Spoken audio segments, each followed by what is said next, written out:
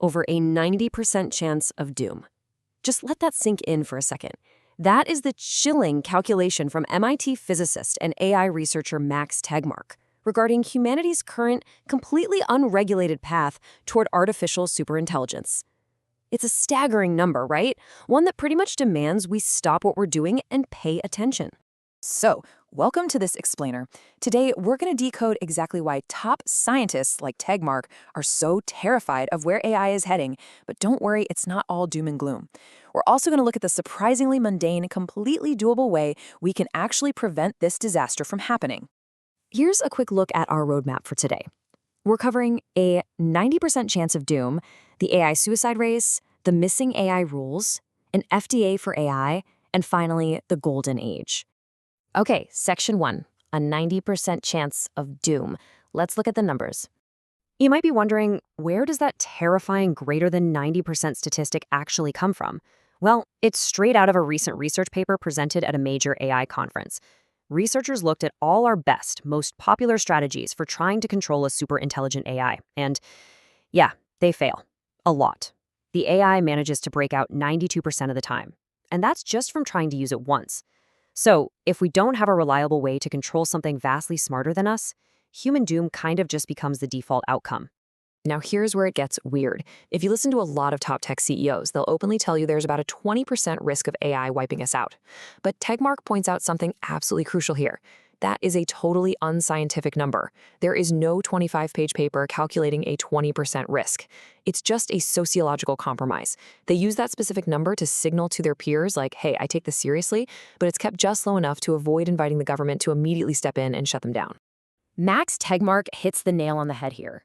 Accepting even a 1 in 5 chance of global annihilation, that's literally like putting a revolver to humanity's head and playing Russian roulette with 8 billion people.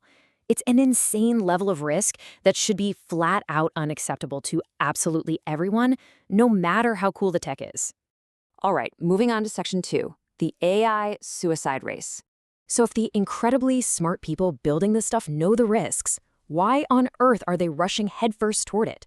Well, politicians usually view this as an arms race, like the Cold War, right? You build weapons to survive.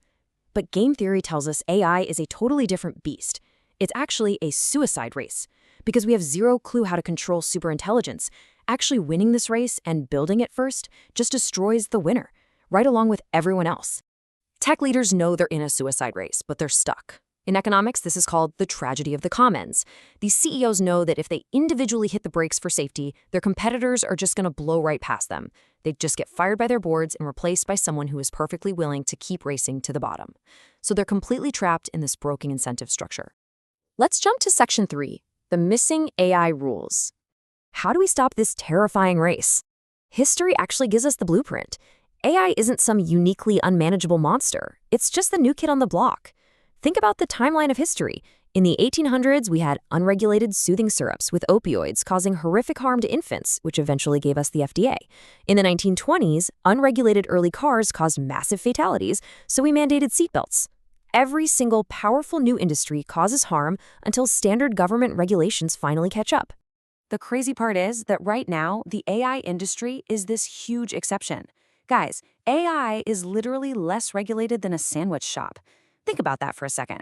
A health inspector can shut down your local deli tomorrow for having rats in the kitchen. But a tech company, they can legally build an AI that teaches terrorists how to make bioweapons, and there is absolutely zero government oversight. It's completely wild when you put it into perspective. Which brings us to section 4, an FDA for AI.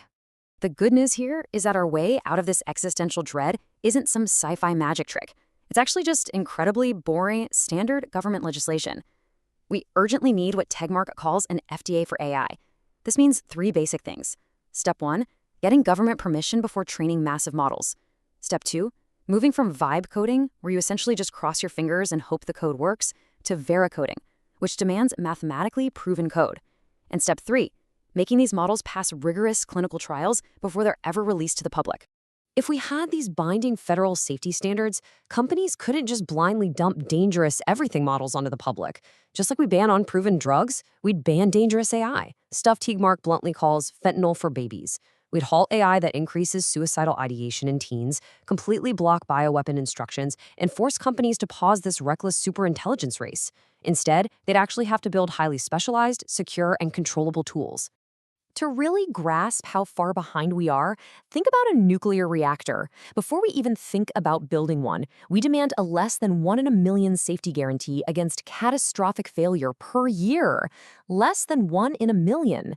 That contrasts insanely with the totally unscientific 20% risk of human extinction we're just casually accepting from AI labs right now.